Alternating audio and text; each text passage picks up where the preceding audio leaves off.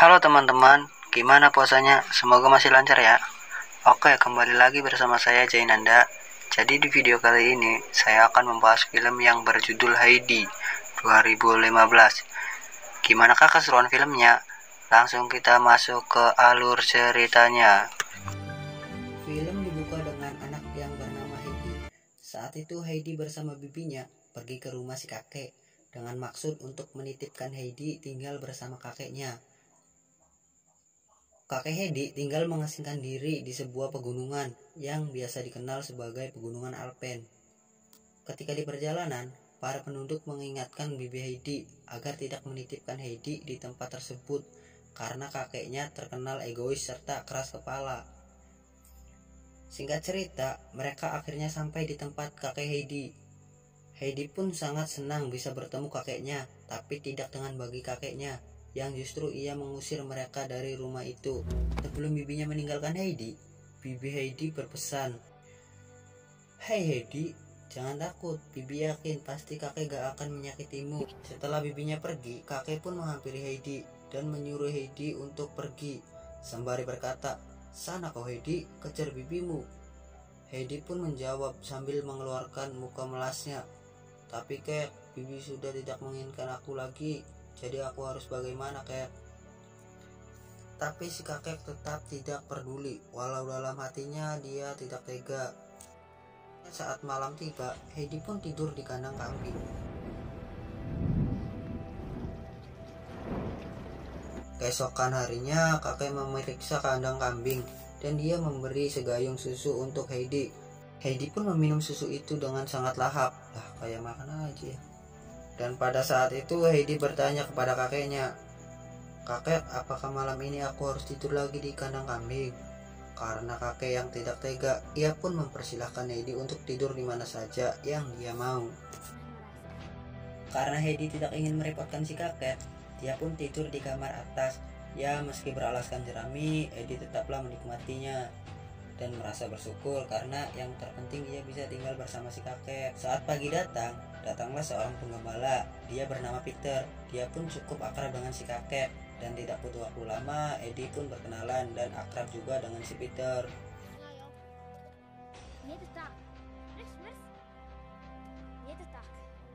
Saat Peter dan Heidi bermain, sembari Peter mengembala kambingnya, Peter pun bercerita kalau si kakek pernah menewaskan nyawa seseorang. Alhasil Heidi menjadi takut dan ia pun berbicara kepada kakeknya. Ia lebih memilih tidur di kandang kambing. Lalu kakek pun bertanya, "Apakah Peter bercerita buruk tentang diriku?" Sembari berkata, "Kamu harus ambil keputusanmu sendiri. Apa kamu percaya dengan yang kamu lihat atau percaya dengan perkataan yang belum tentu benar adanya?" Sontak Heidi pun berpikir dan langsung memeluk si kakek. Seiring waktu berjalan, kakek pun mulai lebih akrab dengan Heidi. Begitupun sebaliknya, hari-hari mereka jalani dengan bahagia dan kegembiraan.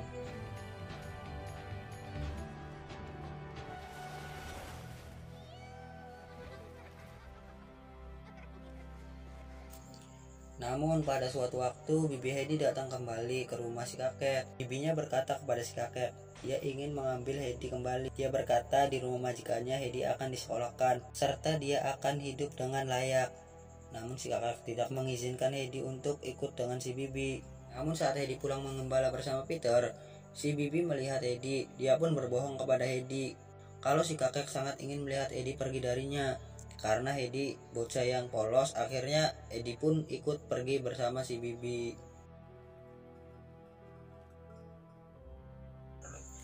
Pada saat Peter pulang mengembala, kakek pun khawatir karena Heidi tidak pulang bersama si Peter. Dia pun lari ke perkampungan dan dia melihat Heidi sudah pergi bersama bibinya menaiki delman. Akhirnya si kakek pun pulang ke rumahnya, sembari ditertawakan oleh para warga dan dihina oleh para warga. Namun kakek terus berjalan dan tidak memperdulikan mereka.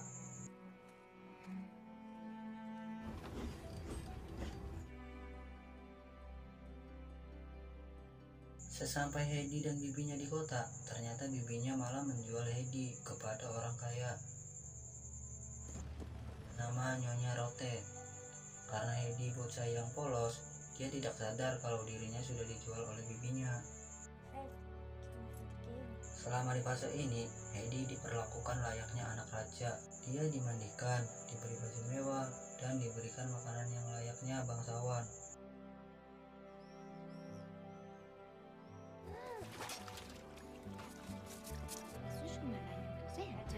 Ternyata orang kaya yang membeli Heidi semata-mata karena dia ingin melihat putrinya bahagia. Dia bernama Clara.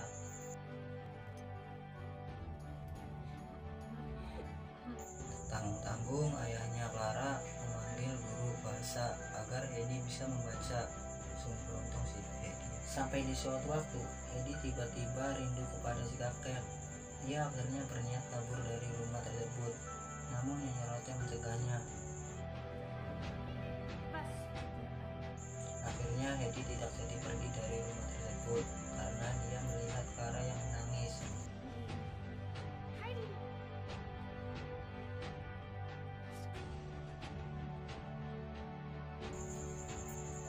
Namun suatu malam Heidi sering mengigau dan bermimpi sambil berjalan.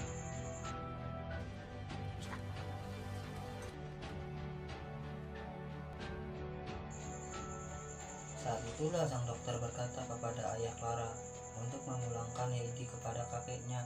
Jika tidak, hal tersebut bisa merusak saraf pada otaknya.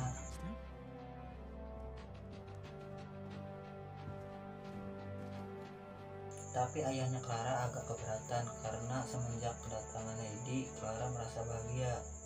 Namun ia juga sadar, ia tidak bisa memaksakan Heidi untuk tetap tinggal dan mengorbankan kebahagiaannya demi anaknya Clara. Saat ayahnya berbicara kepada Clara tentang kepulangan Heidi, Clara pun langsung marah dan mengurung dirinya di kamar.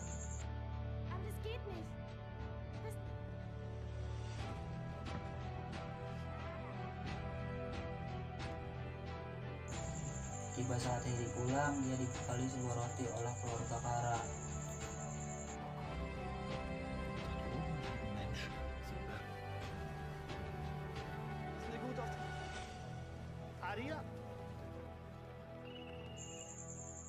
Sesampainya di kampung kakek, dia dihampiri warga.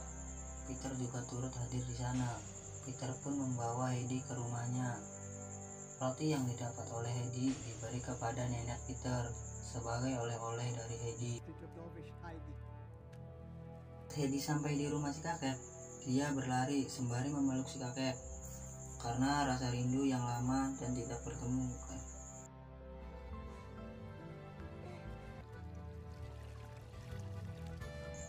Tapi di sisi kepulangan Heidi membuat Clara menjadi bersedih karena dia merindukan sosok Heidi.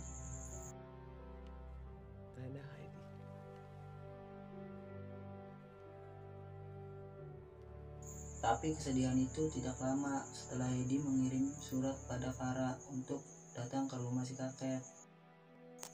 Akhirnya Clara dan keluarganya langsung bergegas pergi ke rumah si kakek. Sesampainya mereka di rumah si kakek, mereka disambut baik oleh si kakek Heidi. Tapi tidak dengan si Peter karena dia merasa terasingkan oleh kedatangan Clara. Akhirnya dia membuang kursi roda Clara ke jurang.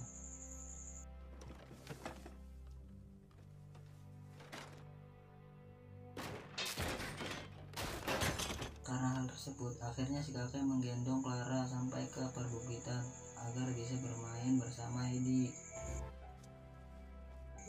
Sesampainya mereka di sana, si kakek berpesan kepada Peter untuk menjaga mereka dengan baik.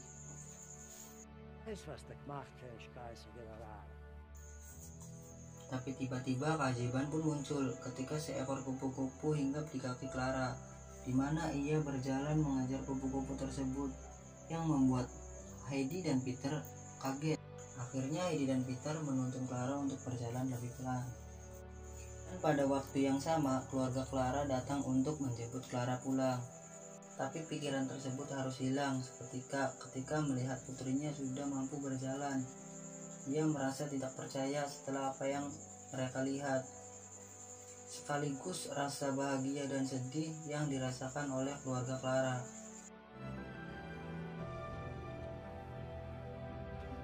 Lalu keluarga Clara berterima kasih kepada si kakek dan juga Edi, karena mereka Clara bisa merasakan kebahagiaan. Terakhir, jadi pesan yang bisa kita ambil dari video ini adalah harta tidak bisa menjamin untuk kita bahagia. Contohnya Clara, walaupun dia anak orang kaya tapi hidupnya tidak bahagia. Oke, segitu aja film dari saya, dari Jainanda, pamit undur diri. Sampai ketemu di video selanjutnya. Jangan lupa subscribe. Oke.